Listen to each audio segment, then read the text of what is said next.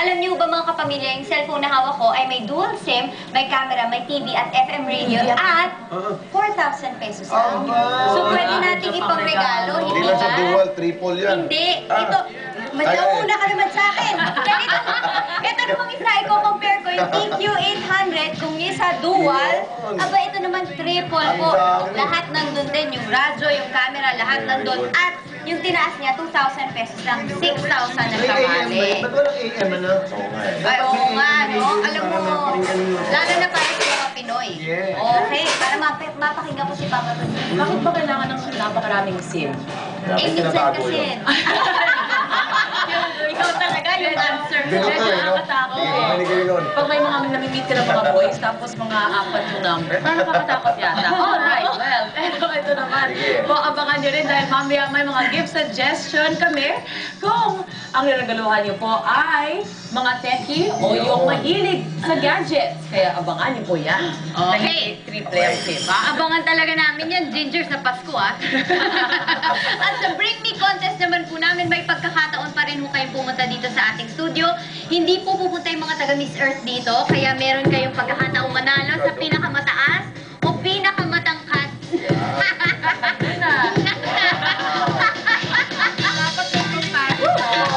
Okay yan, ah. Ginger, tabi ka nga. Sige, tingnan lang natin. Tabi ka kanya. Yan, ah. Tingnan natin si Ginger. Kaya ni Ginger. Antay ka. Padahan, Ginger. Ayan, padaanin mo si Ginger. Ginger Conejero. Uy, lumiit, no? Ay, lumiit ka. Wala akong sinabi dito. Dito mo, higante pa yung damit niya, no? Naka-Mickey Mouse. May pagkakataon pa, ha? Kung tatalunin niyo po yung mga katabi ko, punta na po dito sa UKG Studio, ELJ Building, ABS-CBN Compound, Mother Ignacia Street, Quezon City. Dahil may chance kayo naman sa ating Bring Me segment. Ang pwede niyong panalunan ay isang stand fan, food container, grocery items, at kids apparel. Alaala lang po, hanggang alas 8 lang ng umaga kami tatanggap ng mga tao sa ating Bring Me segment. Kaya punta na po dito sa ELJ. Alright, guys, pwede ba akong mag-heels? Okay lang.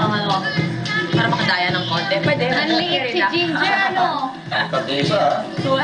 At ako mukhang Hanggang alas 8. kagay nyo na lang. Pag tayo kami tinabitan, baka hanggang bewang lang tayo, no? No, ayoko na doon. Dito na lang ako.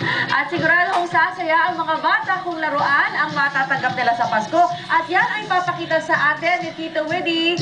Hi, Tito Wid. Anong toya? Uy! Sino yan? Hi, Tito Winnie. Thank you. Jackie.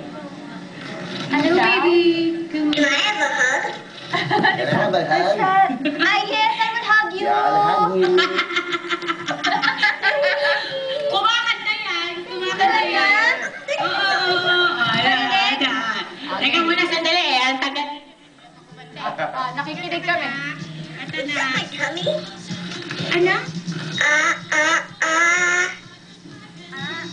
Oo, di ba? Kanta yun! Yan ang bagong edisyon ng Baby Alive na may motion sensor. Habang may gumagalaw sa harap niya, kumakanta, nagsasalita at gumagalaw din naman ang kanyang mga kamay. Ito ay sa halagang 3,699.75 centavos. Kung gusto niyo naman po ng medyo mas simple, ito ay yung shaking head. Umiiyak siya. O, diba? Nataga niya ng mga bata. Ang bakit ng mukha? Ayan. Narito po tayo, live and alive, dito po sa Toy Kingdom, sa SM Mega Mall, para ipakita po sa inyo ang patok na mga laruan ngayong Kapaskuhan dahil gustong-gusto ng mga bata. Para dyan kasama natin, mula naman po sa K-Zone Magazine, Leo. Hello, Leo. Good morning po. Good morning sa iyo. O, teka lang sandali Unahin muna natin